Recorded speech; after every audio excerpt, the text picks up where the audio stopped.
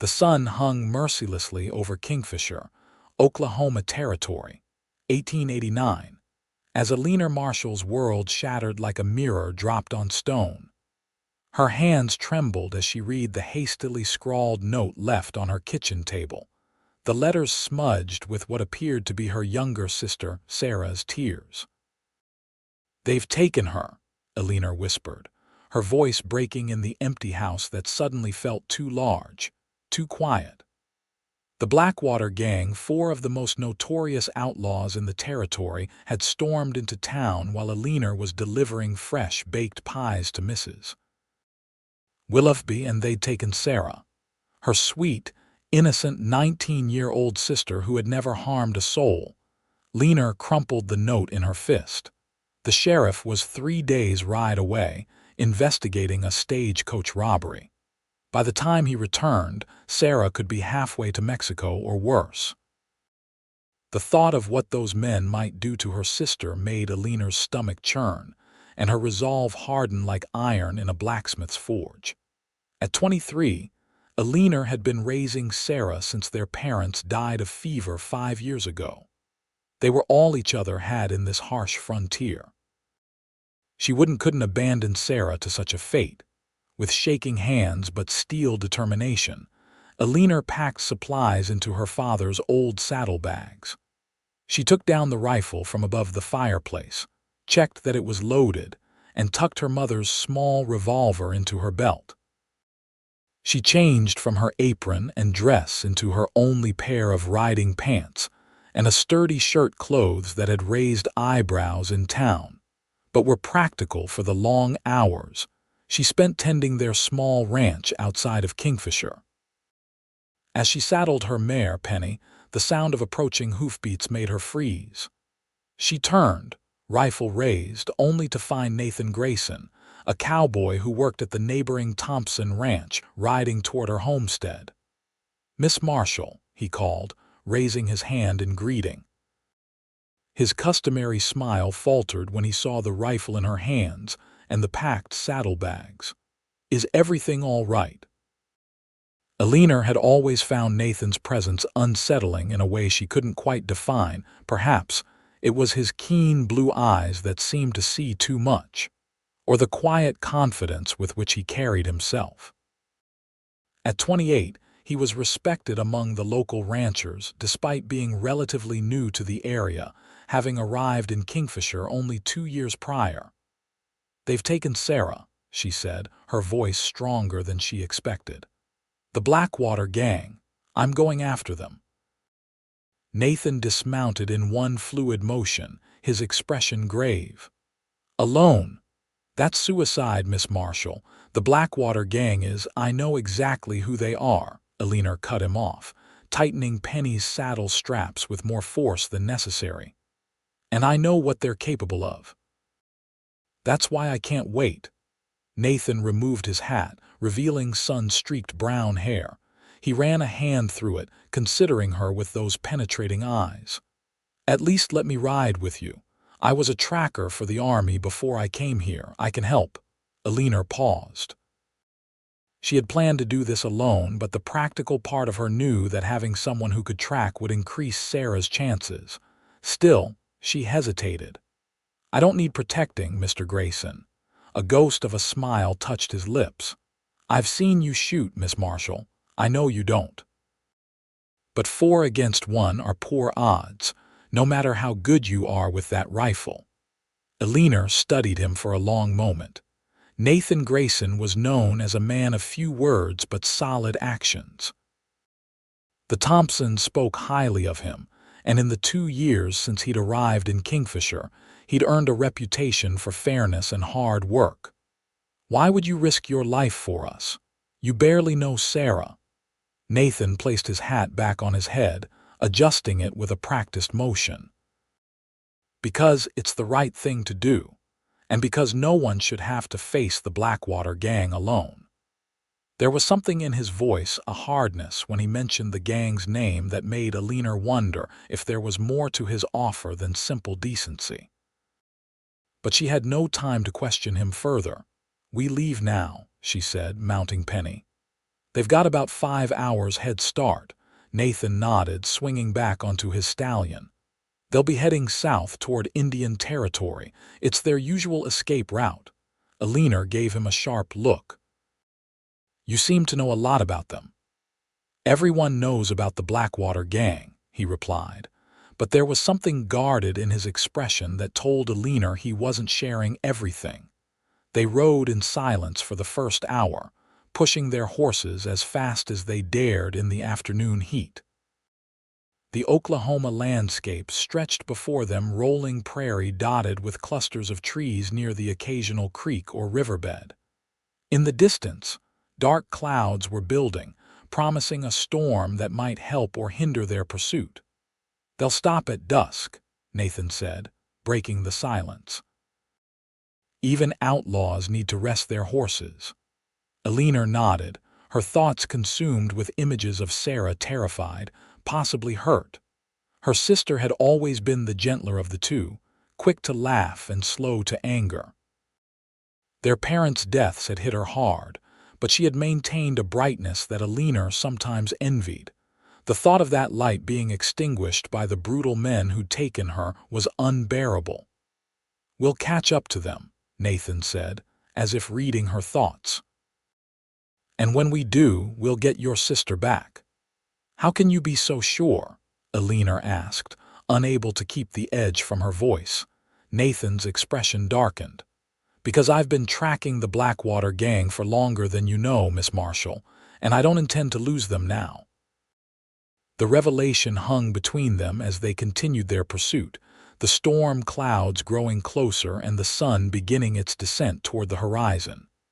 Eleanor had 1,000 questions, but she held them back. For now, all that mattered was finding Sarah. As dusk approached, Nathan led them to higher ground where they could survey the landscape. In the distance, a thin plume of smoke rose from a small copse of trees alongside a creek. There, he said, pointing. That'll be them. Eleanor's heart hammered in her chest. How many men does this gang have besides the 4 main members? Usually it's just the 4 of them: Jeremiah Blackwater, his brother Lucas, Tom Red, and that snake Ellie Sutter. Nathan spat the last name with particular venom. But occasionally they pick up hired guns for bigger jobs. Taking a girl doesn't seem like their usual crime, Eleanor observed, studying the distant campsite through narrowed eyes. It isn't, Nathan agreed, his jaw tightening, which makes me wonder what they're really after. They made camp a safe distance away, where they could observe the outlaws' position without being spotted. As they ate a cold dinner of jerky and hardtack, Eleanor finally asked the question that had been burning in her mind. Why are you really tracking the Blackwater Gang, Mr. Grayson? Nathan was silent for so long that Eleanor thought he might not answer. When he finally spoke, his voice was low and controlled, but she could hear the current of rage beneath it. 3 years ago, they raided a small settlement near Fort Smith. My sister and her husband had a farm there. He paused, staring into the small, flameless fire they'd risked. The Blackwaters killed everyone, 15 people. My sister, her husband, their neighbors. They burned the houses to hide what they'd done. Eleanor felt her blood run cold. I'm sorry, she whispered. I was away, serving as a scout for the army. By the time I got word and made it back, they were long gone. The territorial marshals weren't interested in pursuing them. Too many other crimes, too few lawmen. His hands clenched into fists. So I tracked them myself. Followed them for months before losing their trail in a blizzard last winter. When I heard they were operating near Kingfisher, I took the job at the Thompson Ranch. You've been waiting for them, Eleanor realized. Nathan nodded. I've been tracking their movements, learning their patterns. I was planning to go after them next week when they usually hit the supply wagon coming from Guthrie. His eyes met hers in the gathering darkness. I didn't expect them to take your sister. Does anyone in town know why you're really here? No, and I'd prefer to keep it that way. Eleanor understood secrets.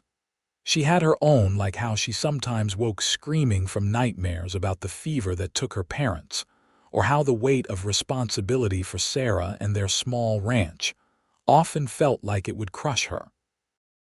"We'll help each other then," she said, extending her hand across the small space between them. "I get Sarah back. You get justice for your sister." Nathan looked at her outstretched hand for a moment before taking it in his larger one. His palm was rough with calluses but warm. "Deal, Miss Marshall." "Eleanor," she corrected.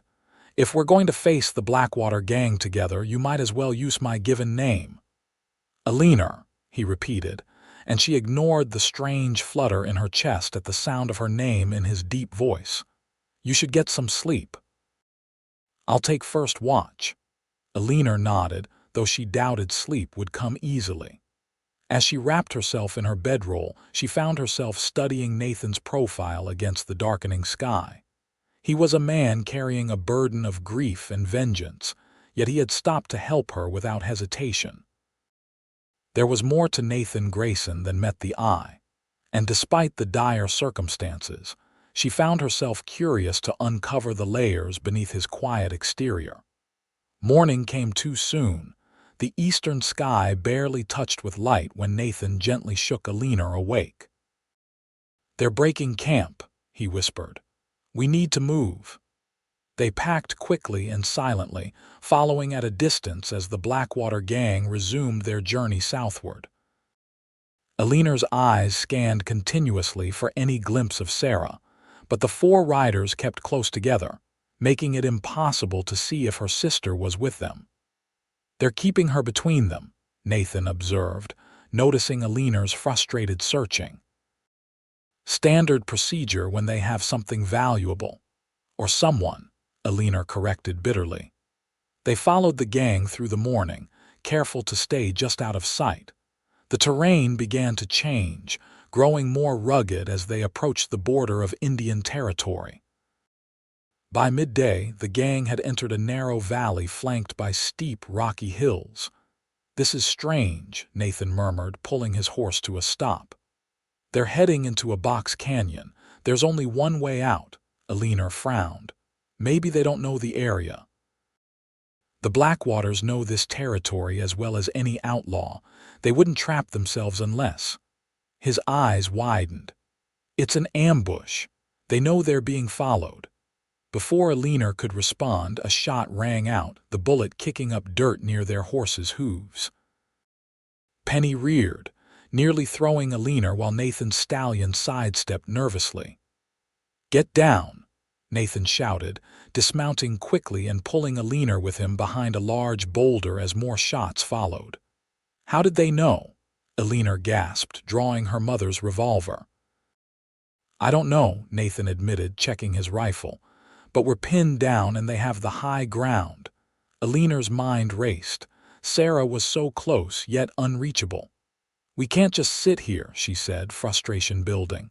"We won't," Nathan assured her. "But we need a plan better than riding straight into their bullets." A voice called out from the rocks above them, rough and mocking. "Well, well, if it ain't Nathan Grayson, still chasing ghosts, boy." Nathan's face hardened. "Jeremiah Blackwater," he said quietly to Eleanor. "The leader." "We got something that belongs to you, missy." Another voice shouted. This one was higher, with a nasally quality that set Eleanor's teeth on edge. "Pretty little thing, ain't she? Been mighty good company." Rage surged through Eleanor, and she would have stood up to shoot if Nathan hadn't caught her arm. "That's what they want," he warned. "They're trying to make you reckless." "Sarah," Eleanor called out instead. "Sarah, can you hear me?" There was a pause, then a faint cry that made Eleanor's heart leap.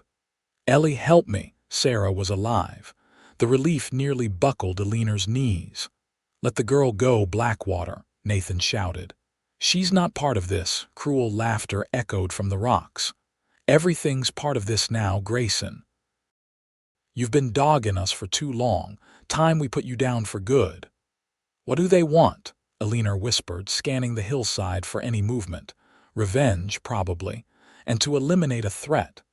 Nathan's eyes were calculating as he surveyed their surroundings. "We need to split up. If one of us can circle around behind them, I'll go," Eleanor said immediately. "I'm smaller, quieter." Nathan looked like he wanted to argue but nodded instead. "There's a game trail that leads up the eastern side of the canyon. If you can make it there without being seen, you might be able to get the drop on them." Eleanor nodded, her heart pounding but her hands steady. "Keep them talking. Make them think we're both still here." "Be careful," Nathan said, his eyes intense. "These men are killers." "So am I when it comes to protecting my sister," Eleanor replied grimly. She slipped away, using the scattered boulders for cover as she made her way toward the game trail Nathan had mentioned. Behind her, she could hear him engaging the outlaws in conversation, his voice deliberately loud to cover the sound of her movement. The trail was narrow and treacherous, forcing Eleanor to move slowly despite her urgency. Sweat trickled down her back as she climbed, careful to stay low and out of sight. The voices of the men echoed through the canyon, bouncing off the rocks until it was difficult to pinpoint exactly where they were positioned. Finally, she reached a vantage point above where she thought the outlaws must be. Crouching behind a boulder, she peered carefully around its edge and saw them 4 men positioned among the rocks, rifles trained on the spot where Nathan remained hidden. And there, tied to a scrubby tree, was Sarah. Eleanor's heart clenched at the sight of her sister. Sarah's dress was torn, her face dirty and tear-streaked, but she appeared unharmed otherwise. She was some distance from the outlaws, who were focused entirely on Nathan's position. Drawing a steadying breath, Eleanor assessed her options. She had the revolver and a hunting knife. From this position, she might be able to pick off 1 or 2 of the outlaws before they realized where the shots were coming from, but that would leave Sarah vulnerable to the others. Instead, she began to work her way carefully toward her sister, using the rocky terrain for cover. If she could free Sarah first, they'd have a better chance of escaping or helping Nathan overcome the remaining outlaws. She was within 20 feet of Sarah when her foot dislodged a small stone that clattered down the hillside. One of the outlaws, a thin man with a pockmarked face, turned at the sound. "Hey!" he shouted, raising his rifle. Eleanor didn't hesitate. She fired twice, catching the man in the shoulder and sending him tumbling down the rocky slope. The other outlaws whirled at the sound of gunfire, momentarily confused about its source. Nathan seized the opportunity, emerging from cover to fire at the outlaws from below. One fell immediately, clutching his chest. The other 2 dove for cover, returning fire in both directions. "Ellie!" Sarah cried, struggling against her bonds. Eleanor darted forward, keeping low as bullets ricocheted off the rocks around her. She reached her sister and quickly cut the ropes with her knife. "Can you run?" she asked urgently, supporting Sarah as she stumbled to her feet. Sarah nodded, her face pale but determined. "I think so."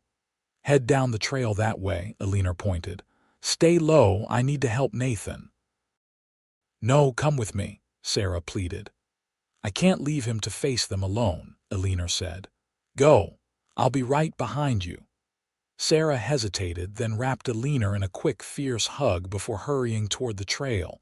Eleanor turned back to the firefight, trying to locate the remaining outlaws. She spotted one, a burly man with a bushy beard, moving to flank Nathan's position. Taking careful aim with the revolver, she fired. The shot went wide, but it was enough to make the outlaw duck and lose his advantage. Nathan seized the moment to put a bullet in the man's leg, sending him crashing to the ground with a howl of pain. That left one Jeremiah Blackwater himself, Eleanor guessed. He was nowhere to be seen, which made the hair on the back of her neck stand up. She scanned the rocks, the shadows, looking for any movement. A sound behind her made her whirl, but she was too late. A heavy weight slammed into her, knocking the revolver from her hand and sending them both rolling across the rocky ground. Pain exploded in her side as she collided with a boulder, momentarily stunning her. Jeremiah Blackwater loomed over her, blood trickling from a cut on his forehead and hatred burning in his eyes. He was older than Eleanor had expected, with gray streaking his dark beard, but there was nothing weak about the hand that now closed around her throat. "You've caused me a lot of trouble, girl," he growled, tightening his grip. Eleanor clawed at his hand, struggling to breathe. Her fingers scrabbled in the dirt, searching desperately for a weapon, a rock, anything. "Your sister was just bait," Blackwater continued, his face inches from hers. "Grayson's been on our trail too long, needed something to draw him out in the open." Black spots danced in Eleanor's vision as his grip tightened further. Her hand closed around a jagged stone, and with the last of her strength, she swung it at Blackwater's head. The impact was glancing but enough to make him loosen his grip. Eleanor gasped for air, rolling away and scrambling to her feet. Blackwater recovered quickly, drawing a wicked-looking knife from his belt. "I was gonna make it quick," he snarled, advancing on her. "Now I think I'll take my time." A gunshot cracked through the air, and Jeremiah Blackwater staggered, a look of confusion crossing his face. Blood bloomed on his shirt, spreading rapidly from a point just below his collarbone. He turned slowly to see Nathan standing behind him, rifle raised and smoking. "That's for my sister, Jeremiah," Nathan said, his voice cold. Blackwater dropped to his knees, the knife falling from his hand. He opened his mouth as if to speak, but only blood came out. Then he toppled forward, his body hitting the ground with finality. Eleanor sagged against the boulder, her legs suddenly unable to support her. Her throat burned where Blackwater had gripped it, and every breath was painful. Nathan was at her side in an instant, his hands gentle as he examined her for injuries. "Are you all right?" he asked, voice rough with concern. "Sarah," Eleanor managed to rasp. "She went down the trail. We need to find her." "She's safe," Nathan assured her. "I saw her on my way up. She's hiding in those trees by our horses." His eyes searched her face. "You're hurt." "I'll be fine," Eleanor insisted, though her body screamed otherwise. "What about the others?" "Two dead. Two wounded badly enough they won't be going anywhere," Nathan reported grimly. "It's over, Eleanor." The relief that washed over her was so powerful it brought tears to her eyes. It was over. Sarah was safe. The nightmare that had begun just 24 hours ago had ended. "You kept your word," she said, looking up at Nathan. In the fading adrenaline of the moment, she was suddenly acutely aware of his proximity, of his hand still resting supportively on her shoulder. "So did you," he replied softly. Something shifted in his expression, a softening, a wondering. Then he seemed to catch himself and stepped back slightly. "Can you walk? We should get down to your sister." Eleanor nodded, pushing herself away from the boulder. Pain shot through her ribs, making her gasp. Nathan's arm immediately went around her waist, supporting her. "Easy," he murmured. "Lean on me." They made their way slowly down the trail, Nathan bearing most of Eleanor's weight. By the time they reached the bottom, Sarah was running toward them, her face streaked with tears but relief shining in her eyes. "Ellie," she cried, flinging herself carefully into her sister's arms. "I was so scared." Eleanor held her sister tightly, ignoring the pain in her ribs. "It's all right now," she soothed, stroking Sarah's tangled hair. "You're safe. We're both safe." Over Sarah's shoulder, her eyes met Nathan's. There was something in his gaze, a mix of admiration, relief, and something deeper that made her breath catch. "We should make camp," he said, looking away first. "Get those ribs wrapped and rest before heading back to Kingfisher tomorrow." Eleanor nodded, reluctantly releasing Sarah. "What about them?" she asked, nodding toward the canyon where the remaining outlaws lay wounded. Nathan's expression hardened. "I'll take care of it. The nearest marshal's office is in Guthrie. I'll make sure they face justice." As Sarah helped Eleanor to a more sheltered spot where they could make camp, she couldn't help glancing back at Nathan. He stood tall against the setting sun, rifle in hand, a solitary figure who had just laid one ghost to rest, but seemed to carry the weight of many others. For the first time since this ordeal began, Eleanor allowed herself to wonder what would happen when they returned to Kingfisher, and whether Nathan Grayson would remain in their lives or continue his solitary path once his vengeance was complete. The answer to that question, she realized with a strange flutter in her chest, mattered more to her than she was ready to admit. They made camp in a small clearing near a stream, far enough from the canyon to feel safe but close enough for Nathan to keep an eye on the wounded outlaws. After helping Eleanor settle, he rode back to secure the prisoners, returning an hour later with grim satisfaction. "They won't be going anywhere," he reported, dismounting and tending to his horse. "I've tied them up and treated their wounds enough to keep them alive for the law." Eleanor nodded from where she sat near the small fire Sarah had built. Her sister had wrapped her ribs tightly with strips torn from a spare shirt, and though breathing was painful, she felt stronger after drinking some hot coffee. Sarah, exhausted from her ordeal, had fallen asleep almost immediately after eating, curled up in Eleanor's bedroll a few feet away. In the firelight, her face looked younger, reminding Eleanor painfully of the little girl she had promised their parents she would protect. "She'll be all right," Nathan said quietly, noticing the direction of Eleanor's gaze. "She's stronger than she looks like her sister." Eleanor gave him a wan smile. "Thank you for everything. We wouldn't have survived this without you." Nathan sat down beside her, close enough that she could feel the warmth of him in the cooling evening air. "You would have found a way," he said with surprising conviction. "I've never met anyone as determined as you, Eleanor Marshall." The way he said her name sent that strange flutter through her chest again. She blamed it on her injuries and exhaustion. "What will you do now?" she asked, staring into the flames. "Your sister's killers have been brought to justice." Nathan was silent for a long moment. "I don't know," he admitted finally. "For 3 years, finding the Blackwater Gang has been my only purpose." He prodded the fire with a stick, sending sparks spiraling upward. "I haven't thought beyond that. Will you go back to the army?" The thought made Eleanor's stomach tighten inexplicably. "No." His answer was immediate and certain. "That life is behind me." "The Thompson Ranch, then," Nathan shrugged. "Perhaps, for a while at least." He glanced at her sideways. "What about you and Sarah? Will you stay in Kingfisher?" Eleanor sighed, wincing as the motion pulled at her ribs. "The ranch was our parents' dream.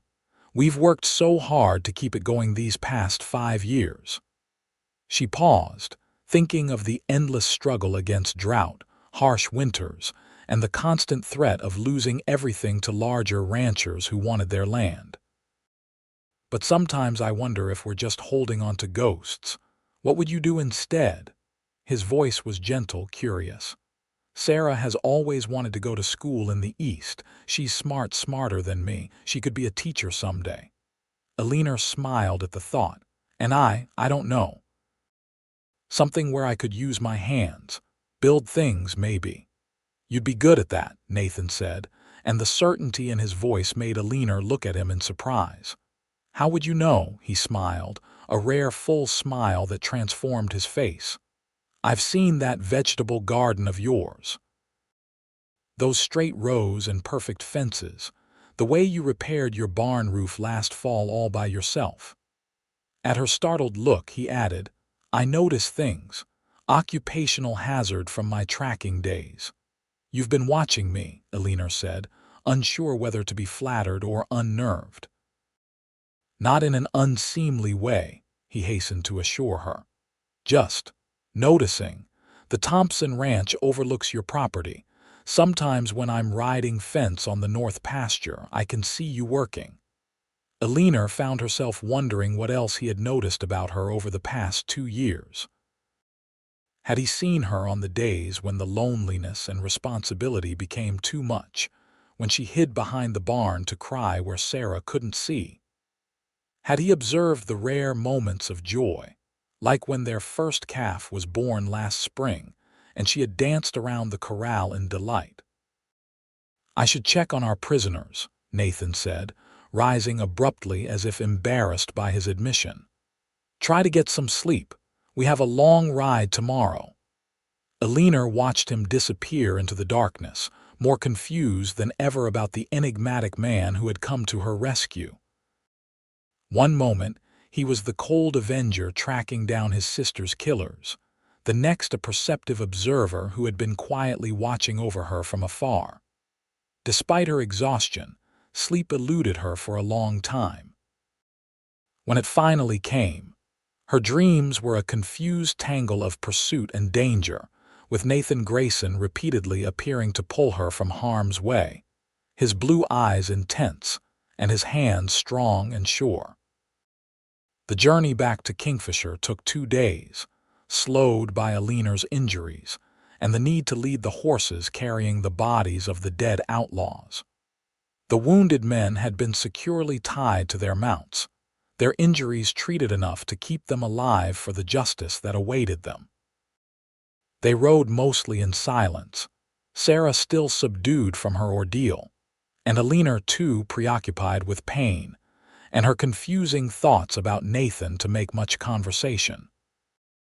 Nathan himself seemed to have retreated behind the quiet, reserved persona he usually presented to the world, though Eleanor occasionally caught him watching her with an unreadable expression. When they finally crested the last hill and Kingfisher came into view, Eleanor felt a complicated mix of relief and uncertainty. The town looked unchanged, peaceful in the late afternoon sun, unaware of the drama that had unfolded miles away. "I'll take the outlaws to the deputy," Nathan said, breaking the long silence. "He can send a telegram to the marshal in Guthrie." Eleanor nodded. "Sarah and I will head home." She hesitated, suddenly reluctant to part ways. "Will you come by later to let us know what happens?" Something flickered in Nathan's eyes.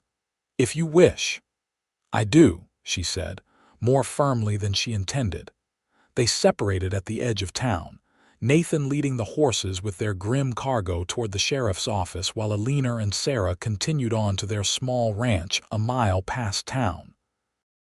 Home looked both familiar and strange after their ordeal. The chickens clucked indignantly at being neglected, and the cow was bellowing to be milked, but the building stood solid and welcoming against the setting sun. "I'll take care of the animals," Sarah offered, showing a spark of her old spirit. "You should rest those ribs." Eleanor wanted to argue but found she didn't have the energy. She nodded gratefully and made her way into the house, where she sank onto her bed with a groan of relief.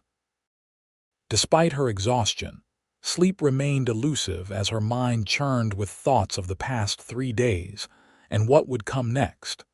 The sun had set by the time she heard hoofbeats approaching. Eleanor had managed to wash and change into a clean dress, though the effort had left her pale and breathless. Sarah was in the kitchen preparing a simple supper when Nathan knocked on the door. "Come in," Eleanor called, unable to rise easily from her chair by the fireplace. Nathan entered, removing his hat in one smooth motion. He had cleaned up as well, his face freshly shaven and his clothes changed, though he still carried the weariness of their journey in the set of his shoulders. "Deputy Wilkins was mighty surprised to see us ride in with the Blackwater Gang," he said, accepting Sarah's offer of coffee with a grateful nod. "He's sent for the marshal and wired the territorial governor. There are rewards out for those men in 3 territories. What will happen to them?" Sarah asked, her voice small. "Justice," Nathan replied simply. "They'll hang for their crimes." An uncomfortable silence fell. Sarah busied herself with the stew she was preparing while Eleanor stared into the fire, thinking of the men who had died by their hands.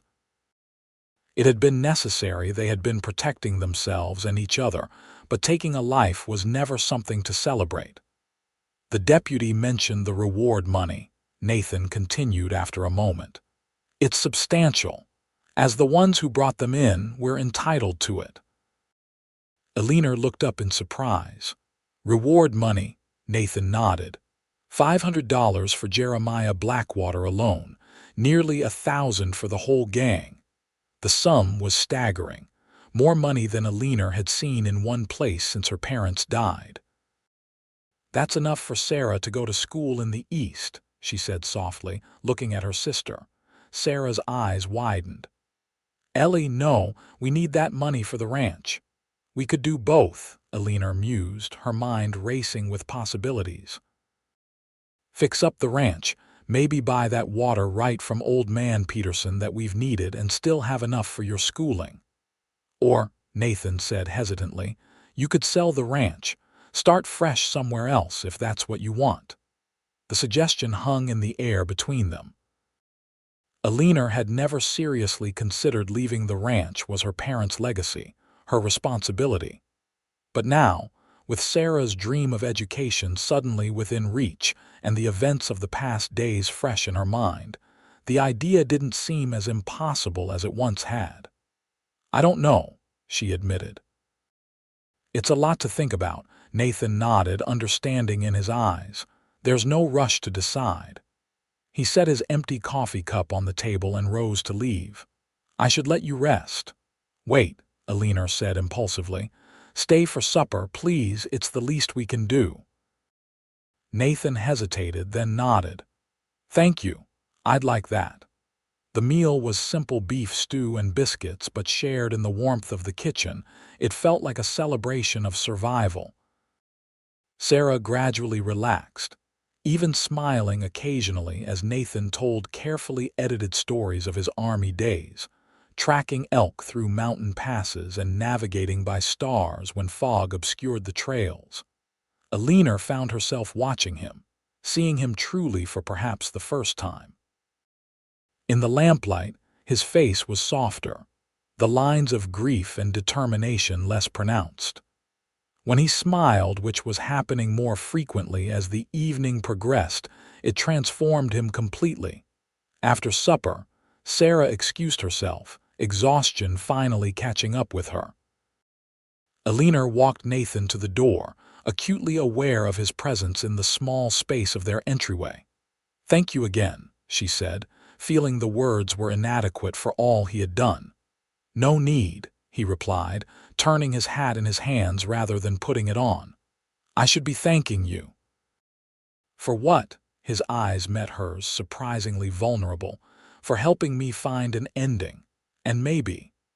He paused as if searching for the right words, for showing me there might be a beginning too. The air between them seemed to thicken, charged with something Eleanor couldn't name but felt in every fiber of her being. For a moment, she thought he might step closer, might touch her face or take her hand. Instead, he placed his hat on his head and nodded once. Good night, Eleanor. I'll check on you both tomorrow, if that's all right. I'd like that, she replied softly. As she watched him ride away, Eleanor felt as though something fundamental had shifted in her world, something beyond the obvious events of the past days. What that shift meant, and where it might lead, remained to be seen. True to his word, Nathan returned the next day, bringing fresh venison and news from town. The territorial marshal had arrived and taken the remaining outlaws to Guthrie for trial. The story of their capture had spread rapidly, and Eleanor was startled to learn that she, Sarah, and Nathan were being hailed as heroes. Mrs.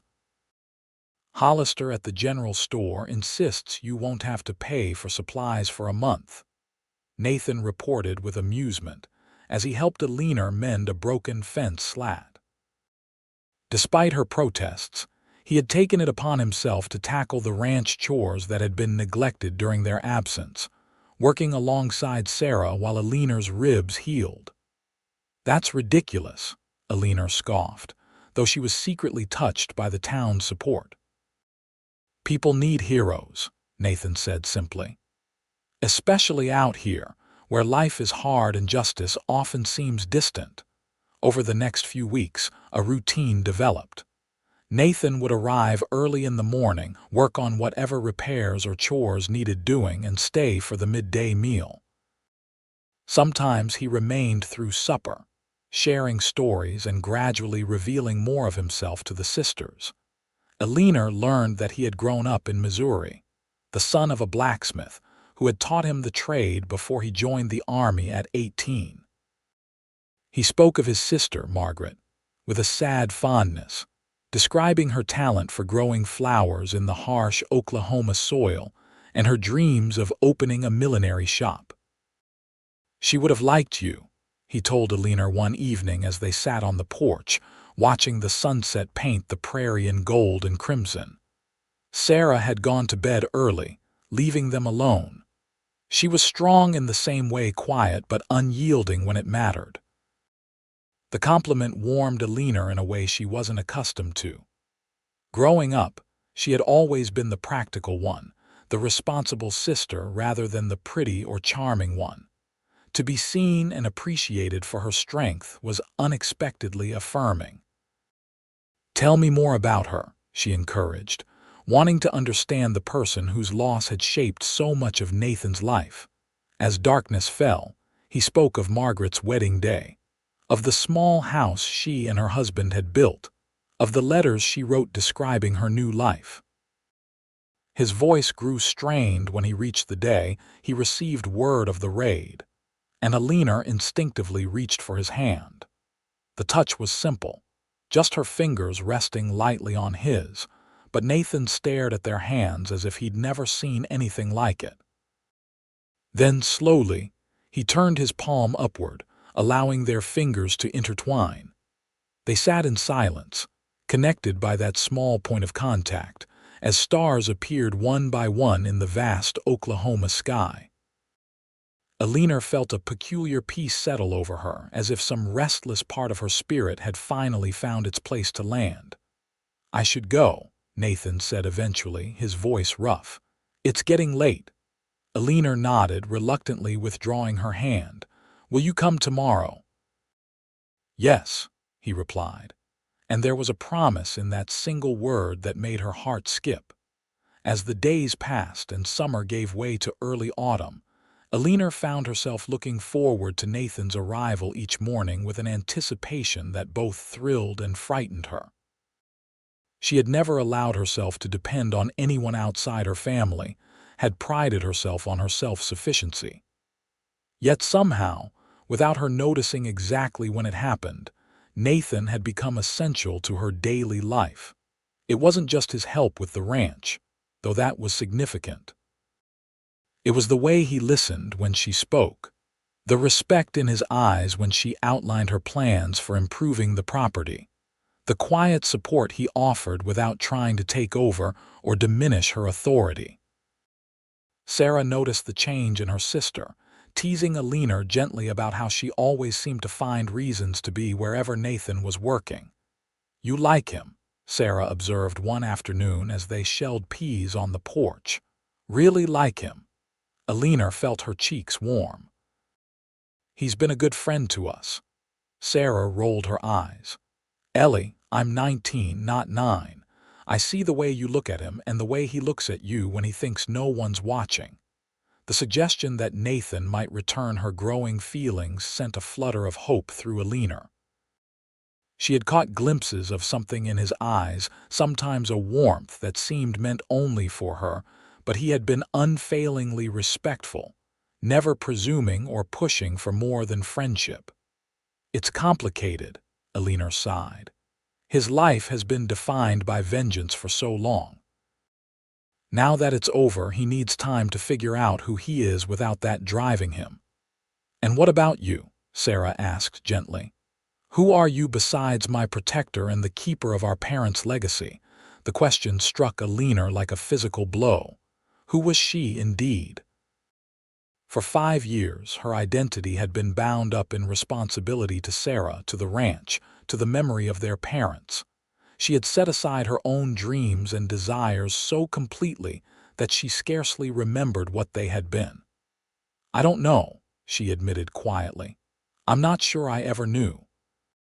Sarah abandoned the peas to put her arm around Eleanor's shoulders. "Then maybe it's time to find out." The opportunity to do just that came sooner than Eleanor expected. The following day, Nathan arrived with news. The reward money had been processed and would be available at the bank in Guthrie within the week. "I could take you there," he offered. "It's a 2-day ride each way, but the weather's good, and the bank manager needs to see you in person to release the funds." The prospect of 4 days on the trail with Nathan, away from the ranch and daily responsibilities, both excited and unsettled Eleanor. She glanced at Sarah, who gave her an encouraging nod. "I can manage here," Sarah assured her. "Mrs. Hollister's son said he'd check in on me, and I know what needs doing." "Are you sure?" Eleanor asked, still hesitant to leave her sister after everything that had happened. "I'm sure," Sarah said firmly. "You've barely left this ranch in 5 years, Ellie. It's time you saw something beyond these fences." So it was decided. They would leave the next morning, riding to Guthrie to claim the reward money that represented both an ending and a beginning, the final chapter of the Blackwater Gang's reign of terror, and the first page of whatever came next for the Marshall sisters. And perhaps, Eleanor thought as she packed her saddlebags that night, for Nathan Grayson as well. They set out at dawn, the early October air crisp with the promise of autumn. Eleanor had packed carefully, including her mother's revolver, a habit she didn't think she would ever break after their encounter with the Outlaws. Nathan rode beside her, occasionally pointing out landmarks or sharing bits of knowledge about the territory they passed through. Away from the ranch and the familiar routines of daily life, Eleanor found herself relaxing in ways she hadn't in years. The simple act of riding across the open prairie with no immediate responsibilities beyond the journey itself felt like a kind of freedom she had forgotten existed. "You're smiling," Nathan observed as they paused to rest the horses near a small creek around midday. "It suits you." Eleanor ducked her head, oddly shy under his direct gaze. "It feels good to be away, even if it's just for a few days. I didn't realize how much the ranch had become." She searched for the right word. "A cage," Nathan suggested gently. "Not exactly," she protested, then reconsidered.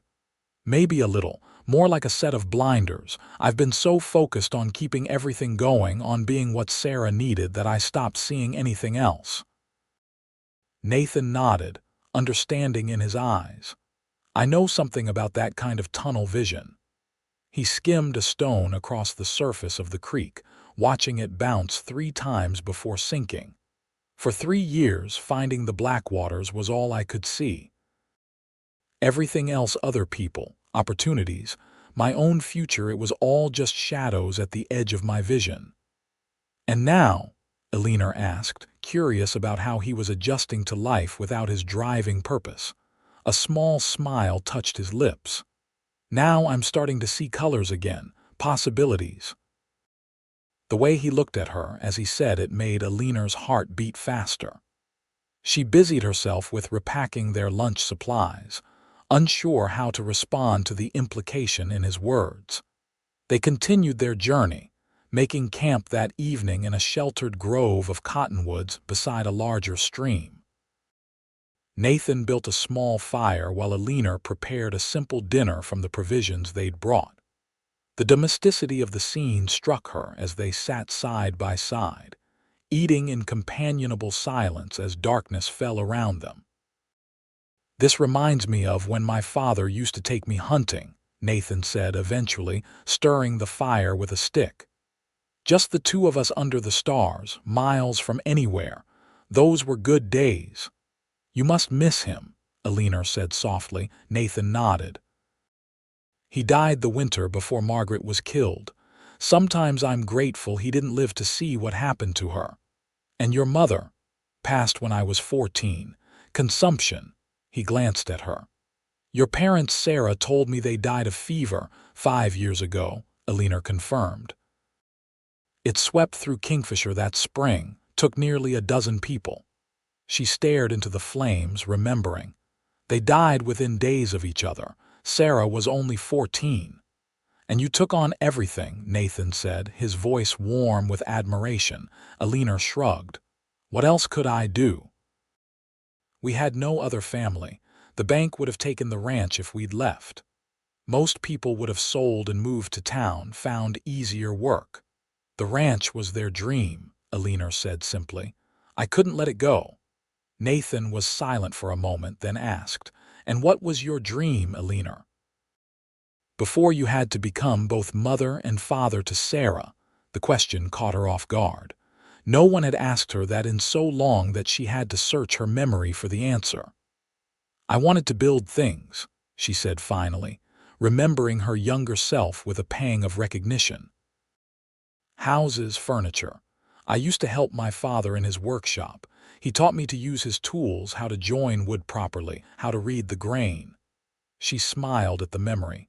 He said I had a better eye for it than most men he knew. Is that something you could still do? Nathan asked. Now that Sarah's grown and the reward money will ease the financial burden, Eleanor considered the possibility. Maybe. On a small scale, at least. There's always need for good carpentry in growing towns. You could make furniture for your own place first, Nathan suggested. Test your skills before offering them to others. The conversation drifted to other topics as the fire burned low, but the seed had been planted in Eleanor's mind. For the first time in years, she allowed herself to imagine a future shaped by her own desires rather than just necessity and duty. When they finally settled into their bedrolls on opposite sides of the fire, Eleanor lay awake for a long time, watching the stars wheel overhead and wondering what other forgotten pieces of herself might be waiting to be rediscovered. They reached Guthrie late the following afternoon. The territorial capital was bustling with activity, its wide streets filled with wagons, riders, and pedestrians. After the solitude of the trail and the small-town pace of Kingfisher, the energy of the growing city was both exhilarating and overwhelming to Eleanor. Nathan led them to a modest hotel near the main street. We can get rooms here for the night, he said, dismounting and helping Eleanor down from her horse. The bank won't be open until morning. Eleanor nodded, suddenly aware of her trail-dusty appearance and the impropriety of arriving at a hotel with a man who wasn't her husband or brother. As if reading her thoughts, Nathan added, I'll introduce you as my cousin. No need to invite gossip. The hotel clerk accepted this explanation without question, assigning them rooms on the same floor but at opposite ends of the hallway. After arranging for hot water to be brought up, Eleanor retreated to her room, grateful for the chance to wash away the dust of travel and change into the one clean dress she had brought. Later, refreshed and feeling more presentable, she met Nathan in the hotel's small dining room. He had also cleaned up, his dark hair still damp and his face freshly shaved. The sight of him in a clean shirt with his customary vest and no trail dust made her suddenly, acutely aware of him as a man rather than just her companion and protector. You look lovely, he said as she approached, rising to hold her chair. Eleanor felt a blush warm her cheeks. Thank you. It's amazing what a little hot water can do after 2 days on the trail. They dined on roast beef and potatoes, the simple fare elevated by the novelty of being served on real china with proper silverware. Around them, other diners chatted, creating a gentle hum of conversation that provided privacy for their own. I thought we might visit a furniture shop tomorrow after the bank, Nathan suggested as they lingered over coffee. There's a good one on Oak Street. Might give you some ideas for your own work. Eleanor was touched by his remembrance of their fireside conversation. I'd like that, she said, smiling. Though it's been so long since I held a proper woodworking tool, I might have forgotten everything my father taught me.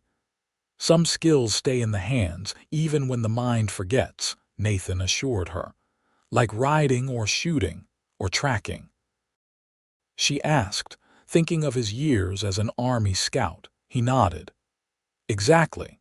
The body remembers what the conscious mind might not.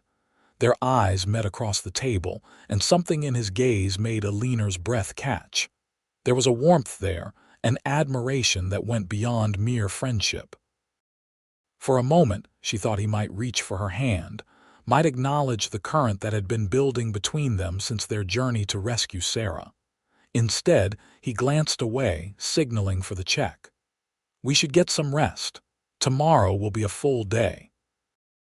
As they walked up the stairs to their rooms, Eleanor felt a curious mix of disappointment and anticipation. Something was changing between them, slowly but surely, like a river gradually altering its course. Where it would lead, she couldn't say, but for the first time in years, she found herself looking forward to the unknown rather than fearing it. At her door, Nathan paused. Sleep well, Eleanor. You too, she replied softly. He hesitated, then in a gesture that seemed both impulsive and carefully considered, took her hand and raised it briefly to his lips. The touch was feather-light, barely a kiss at all, yet it sent warmth cascading through Eleanor's entire being.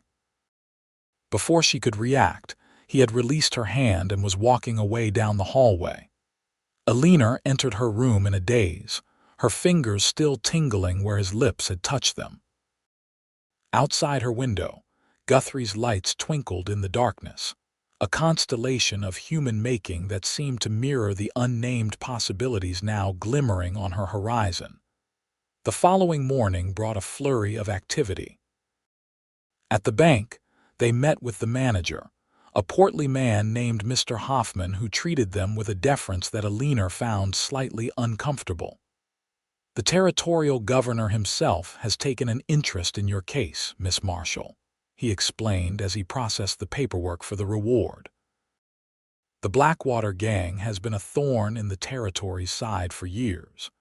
Their capture is seen as a significant step toward establishing law and order in Oklahoma. Eleanor signed where indicated, still somewhat dazed by the substantial sum being transferred into her name. $1,250 more money than she had ever possessed at one time, enough to transform the possibilities for her and Sarah's future. What will you do with it?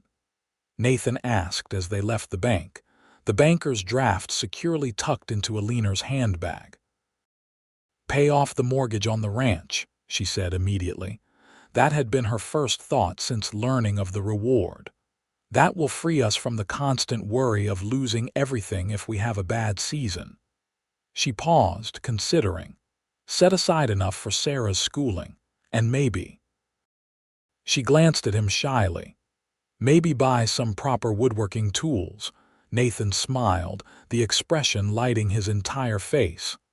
I think that sounds like an excellent plan. As promised, he took her to the furniture shop on Oak Street, where they spent a pleasant hour examining the craftsmanship of various pieces. The owner, an elderly man with gnarled hands and keen eyes, seemed delighted by Eleanor's interest and technical questions. Not often I meet a lady who knows the difference between dovetail and box joints, he remarked, showing her a particularly fine writing desk. Your father teach you? Yes, Eleanor replied, running her fingers appreciatively over the smooth maple surface. He was a carpenter before he took up ranching. Got his tools still. When Eleanor shook her head, the old man tusked sympathetically. Shame that. Good tools are hard to come by out here. He studied her for a moment, then added, I might have some extras in the back. Not using them much these days with my hands the way they are." He held up his arthritic fingers. "Come back before you leave town if you're interested." Eleanor thanked him, touched by the unexpected offer. As they continued their explorations of Guthrie, she found herself noticing details she might have overlooked before: the joinery on building facades, the carved embellishments on doors and window frames, the sturdy construction of wagons and carts. "You see it all differently now," Nathan observed as they paused for lunch at a small cafe. "The wood, the craftsmanship." Eleanor nodded, surprised and pleased that he had noticed. "It's like waking up a part of myself that's been sleeping for years." "That's how I felt the first time I got back on a horse after Margaret died," Nathan admitted. "Like I was reconnecting with something essential that grief had numbed." The parallel struck Eleanor deeply. They were both emerging from periods of suspended animation, their true selves gradually reawakening after years focused solely on survival and obligation. After lunch, they visited several more shops, gathering supplies that were difficult to obtain in Kingfisher: good coffee, spices, sewing notions for Sarah. At Eleanor's insistence, Nathan allowed her to purchase a new hat for him to replace the battered one he'd been wearing since she met him. "It suits you," she said as he tried it on, admiring the way the dark brown felt complemented his features. "Does it?" he asked, a hint of self-consciousness in his smile. "Very much." Their eyes met in the shop mirror, and Eleanor felt that now familiar flutter in her chest. By late afternoon, they had completed their errands, including a return to the furniture shop where the owner, true to his word, sold Eleanor several excellent tools at a fair price. As they loaded their purchases onto their horses, Nathan suggested they might delay their departure until morning. "We could have one more night in town," he said, adjusting his saddle. "See a bit more of Guthrie. There's a play at the Opera House tonight, nothing fancy, but might be entertaining." Eleanor hesitated only briefly before nodding. The prospect of another evening in Nathan's company, away from the responsibilities of the ranch, was too appealing to refuse. "I'd like that." They returned to their hotel to freshen up before the performance. Eleanor changed into her best dress, a deep blue calico with minimal adornment, and took extra care with her hair, pinning it in a simpler style than her usual practical braid. Looking in the small mirror above the washstand, she barely recognized herself. There was a brightness in her eyes, a flush in her cheeks that had nothing to do with the crisp autumn air and everything to do with anticipation. Nathan was waiting in the hotel lobby, standing straight and tall in his best shirt and new hat. When he saw her descending the stairs, his expression changed in a way that made Eleanor's heart skip a beat. He looked at her as if seeing something precious and unexpected, his usual reserve giving way to open admiration. "You look beautiful," he said simply when she reached him. "Thank you," she replied, feeling uncharacteristically shy. "Shall we go?" The play was a melodrama, full of exaggerated villainy and virtue, but the performers were skilled enough to make it entertaining. Eleanor found herself laughing more freely than she had in years, caught up in the spirit of the evening and the pleasure of shared enjoyment.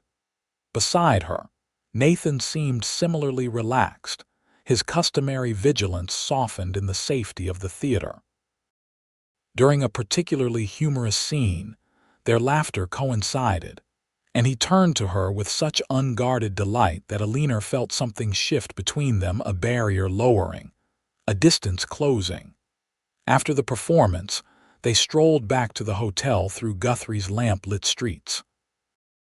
The night was cool but not cold, the stars brilliant overhead where they could be seen beyond the town's glow. A sense of possibility hung in the air, as tangible as the autumn scent of wood smoke and fallen leaves. "Thank you for suggesting this," Eleanor said as they approached the hotel. I can't remember the last time I saw a play. Before my parents died, certainly. I'm glad you enjoyed it, Nathan replied. He hesitated, then added, It's been good these past weeks, working with you and Sarah, having somewhere to belong again. The admission, simple as it was, touched Eleanor deeply. You do belong with us, she said softly. The ranch has come alive again since you've been there. They had reached the hotel steps, but neither made a move to enter. Instead, they stood facing each other in the gentle pool of light from the lobby windows, the moment stretching between them like a delicate thread. Eleanor, Nathan began, his voice low and serious. I need to ask you something. Her heart quickened. Yes. When we returned to Kingfisher, I was wondering if he paused, seeming to gather his courage. If I might call on you, properly. The formal request, so unexpected yet so perfectly fitting for the honorable man before her, brought a rush of warmth to Eleanor's cheeks. Yes, she answered without hesitation. I'd like that very much. Relief and joy transformed Nathan's face. Slowly, giving her every chance to withdraw, he reached for her hand. When she didn't pull away, he entwined his fingers with hers, the gesture reminiscent of that evening on her porch, but weighted now with acknowledged intention. May I? He asked, his free hand moving tentatively toward her face. Eleanor nodded, her breath catching as his fingers gently brushed her cheek. Then, with infinite care, he leaned forward and pressed his lips to hers. The kiss was brief, almost reverent, yet it sent a current of feeling through Eleanor that left her breathless. When Nathan drew back, his eyes searching hers for confirmation that he hadn't overstepped, she smiled up at him with all the emotion that words couldn't express. For a long moment they stood there, hands still linked, the world around them fading to insignificance compared to the connection between them. Then, by mutual unspoken agreement, they entered the hotel, walking side by side to the foot of the stairs. Good night, Eleanor, Nathan said softly. Sleep well. Good night, she replied, reluctant to end the evening but knowing it was proper to part ways. As she climbed the stairs to her room, Eleanor felt as if she were ascending to a new vantage point from which she could finally see the landscape of her life clearly, both where she had been and where she might go. The path ahead was not yet defined, but for the first time in 5 years, she looked forward to discovering it, and she would not be walking it alone. The journey back to Kingfisher was filled with a new awareness between them. Conversations flowed more easily, punctuated by shared smiles and occasional brushes of hands as they rode side by side across the rolling Oklahoma landscape. The kiss they had shared in Guthrie was not repeated, but its memory lingered like a promise of what might develop between them. Sarah was waiting anxiously when they returned, running out to meet them as they rode into the ranch yard. I was beginning to worry, she exclaimed, hugging Eleanor tightly once she had dismounted. You're a day later than you said you'd be. We stayed an extra night in Guthrie, Eleanor explained, exchanging a quick glance with Nathan that didn't go unnoticed by her observant sister. There was a play at the Opera House. Sarah's eyes widened with delight. A play? Oh, Ellie, how wonderful! Was it very grand? As Eleanor described the performance, Nathan unloaded their purchases, carrying them into the house with the ease of someone who belonged there. The domesticity of the scene, Nathan moving comfortably through their home, while she and Sarah chatted about their adventures in Guthrie, gave Eleanor a glimpse of what their future might hold. That evening, after Sarah had gone to bed, Eleanor and Nathan sat on the porch swing, closer than they would have dared before their journey. The banker's draft was safely tucked away in Eleanor's bureau drawer, the new tools arranged in the small shed that had once been her father's workshop, and a sense of contentment settled over the ranch. I should be heading back to the Thompson place, Nathan said eventually, though he made no move to leave. "I've been away from my duties for 4 days." "Will you come tomorrow?" Eleanor asked, leaning slightly against his shoulder. Nathan's arm slipped around her waist, the gesture still new enough to send a pleasant shiver through her. "Yes, I need to speak with Mr. Thompson first, but I'll be here by midday." "What will you tell him?" Nathan was silent for a moment, considering. "The truth. That my circumstances have changed, and I'd like to adjust my arrangement with him." Eleanor turned to face him, curious. "How have your circumstances changed?" In the silver moonlight, Nathan's expression was both serious and tender. "I've found something worth building a future around," he said simply. "Someone." The words, direct and honest like the man himself, filled Eleanor with a happiness she had almost forgotten could exist. She leaned forward, emboldened by the darkness and the privacy of the moment, and kissed him lightly. "I'll see you tomorrow, then," she whispered. Nathan nodded, reluctantly rising from the swing. "Tomorrow." As promised, he returned the following day around noon, his expression reflecting a mix of satisfaction and anticipation as he dismounted in the ranch yard. "Mr. Thompson has agreed to my proposal," he announced as Eleanor met him by the corral. "I'll continue working 3 days a week at his ranch, but I'm free to pursue other opportunities the rest of the time." "What opportunities did you have in mind?" Eleanor asked, trying to contain her hope. Nathan smiled, taking her hand with a newfound confidence in his right to do so. "For starters, helping you and Sarah make this ranch profitable again. Between my experience and your determination, I think we could do well." He paused, then added more softly, "And I thought perhaps I might build something on that piece of land just beyond your north pasture. Something solid. Lasting." The implication was clear, and Eleanor felt her heart swell with emotion. "I think that's an excellent plan," she managed to say, her voice steadier than she felt. Over the following weeks, a new rhythm established itself at the Marshall Ranch. Nathan divided his time between the Thompson property and Eleanor's, bringing his expertise to bear on improvements that had been neglected for too long. Together, they repaired fences, reinforced the barn roof before winter set in, and planned for spring planting that would maximize their yields. In the evenings, after the day's work was done, Eleanor began spending time in her father's workshop, reacquainting herself with the tools of his craft and her own forgotten passion. Her first project was a simple stool, nothing fancy but solid and well-proportioned. The satisfaction of creating something tangible with her own hands rekindled a joy she had almost forgotten. Nathan often joined her in the workshop, not interfering but offering quiet encouragement and occasionally lending his strength when a piece of wood proved stubborn.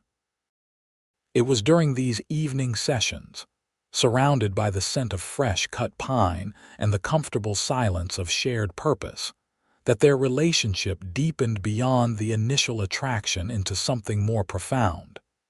As autumn gave way to winter, the banker's draft was put to good use. The mortgage on the ranch was paid in full. A significant portion was set aside for Sarah's education, and plans were made for spring improvements that would increase the property's productivity.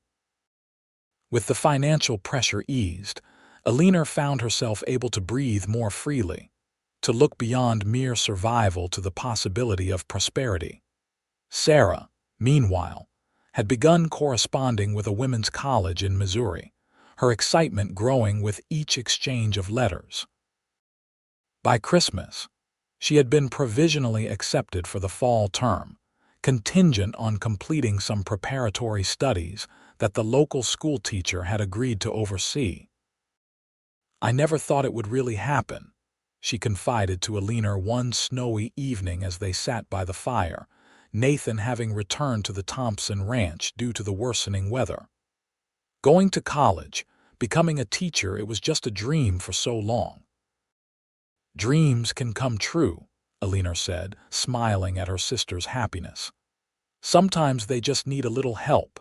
Sarah gave her a knowing look. Speaking of dreams coming true, when is Nathan going to ask you properly?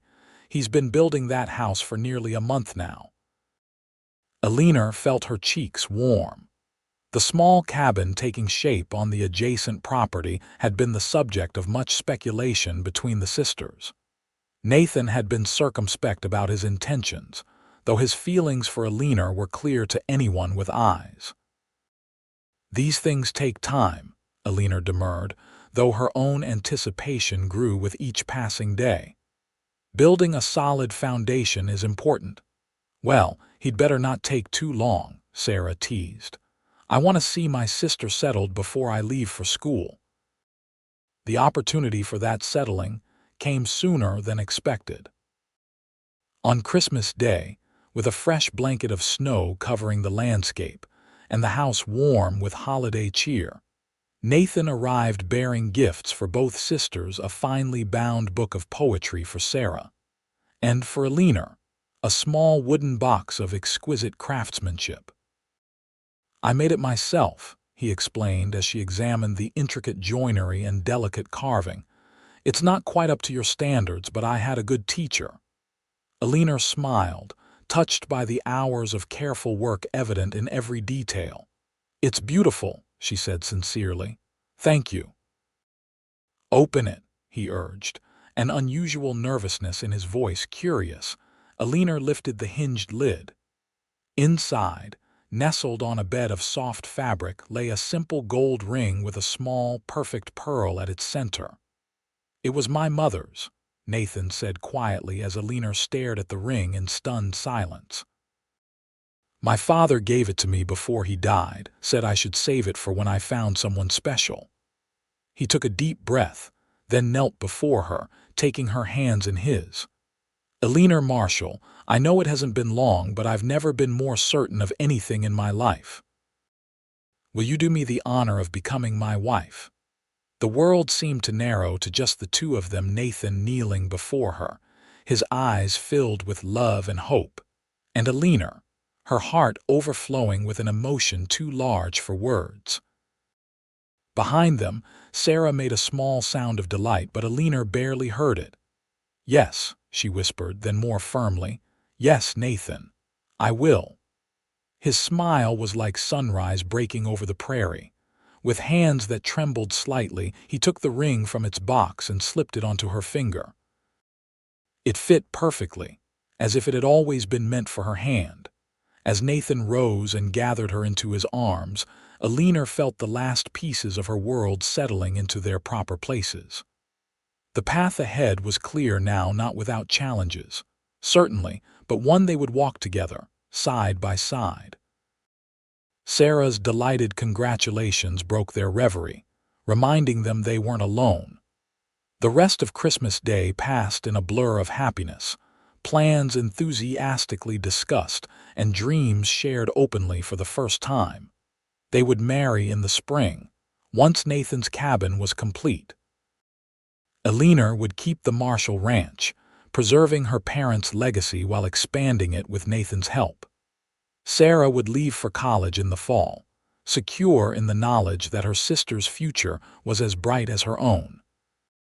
As twilight fell and Sarah tactfully busied herself in the kitchen, Eleanor and Nathan stood on the porch, watching the last light fade from the snow-covered landscape that was now their shared domain. I never expected this, Eleanor admitted, leaning into the warmth of Nathan's embrace. After my parents died, I thought my life was set just work and responsibility and taking care of Sarah until she didn't need me anymore. I never imagined. A second chance, Nathan suggested, his chin resting lightly on the top of her head. Yes, she turned in his arms to face him. When you followed me that day when I set out to find Sarah, you weren't just tracking outlaws, were you? Nathan smiled, a hint of his old reserve in his expression. I told myself that was all it was, but no, that wasn't the whole truth. His hand came up to cup her cheek gently. I'd been watching you for 2 years, Eleanor Marshall. admiring your strength, your determination. When I saw you preparing to ride out alone after those men, I knew I couldn't let you face that danger without offering whatever help I could give. I'm glad you followed me, she whispered, leaning into his touch. Not just because we couldn't have saved Sarah without you, but because it led us here. To this. So am I, he murmured, bending to capture her lips in a kiss that held all the promise of their future together. As they stood together on the threshold of the home they would soon share, Eleanor thought of the winding path that had brought them to this moment, a path marked by loss and grief, duty and sacrifice, but ultimately leading to love and renewal. The journey that had begun in desperation, with her sister's abduction and a desperate chase across the Oklahoma territory, had transformed into something neither of them could have anticipated. In finding Sarah, they had also found each other.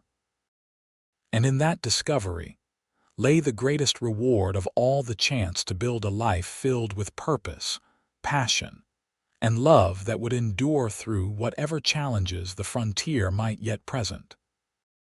The spring wedding was everything Eleanor could have wished for, simple but joyful, attended by friends from Kingfisher and neighboring ranches. Sarah stood proudly as her sister's attendant, while Mr. Thompson served as Nathan's best man.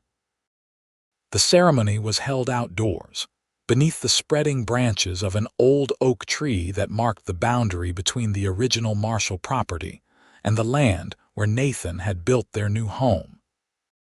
As Eleanor walked toward her waiting groom, wearing her mother's carefully preserved wedding dress and carrying wildflowers gathered that morning, she felt the presence of those who had gone before her parents, Nathan's family watching over them with approval.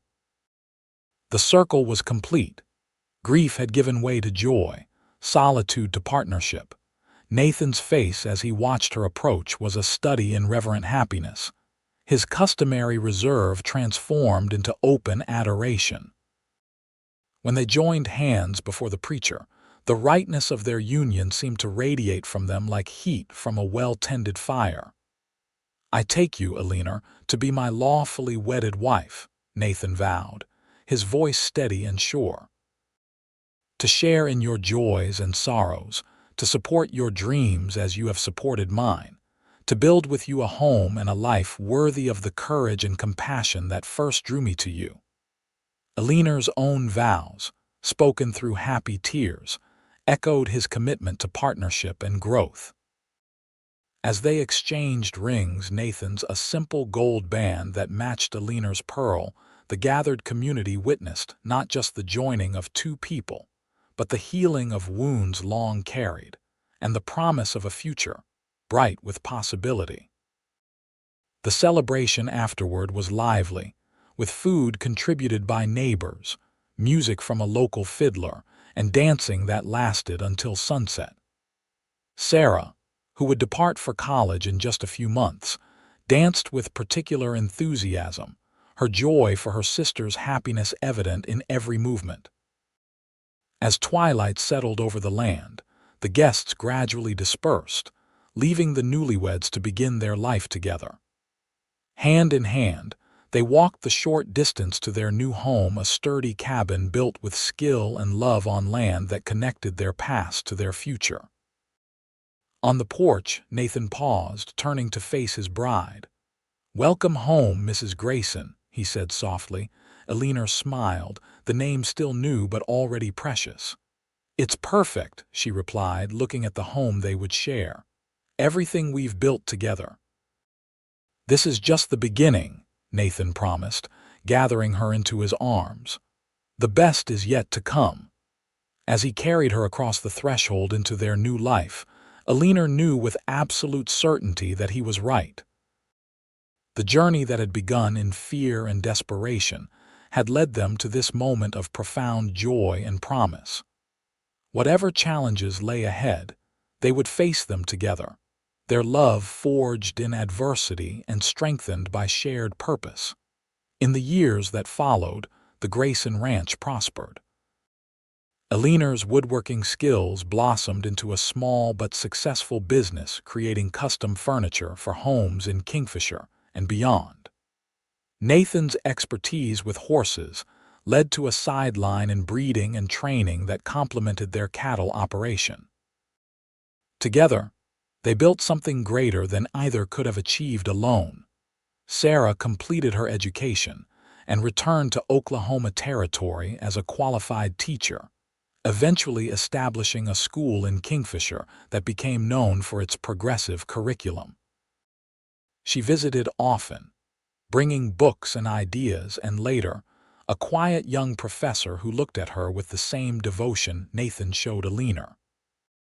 And on warm summer evenings, when the work was done and the western sky painted with sunset colors, Eleanor and Nathan would sit on their porch, sometimes with their children playing nearby, and marvel at the path that had brought them together: a sister's abduction, a desperate pursuit, and a cowboy who followed not just outlaws but his heart. In the end, it was the best kind of justice, not just the punishment of those who had done wrong, but the creation of something good and lasting from the ashes of tragedy. The Blackwater Gang was gone. Their reign of terror ended, but the legacy of that final confrontation lived on in the love and life Nathan and Eleanor had built together. And that, Eleanor often thought as she leaned against her husband's strong shoulder and watched their children grow in freedom and safety, was the greatest reward of all.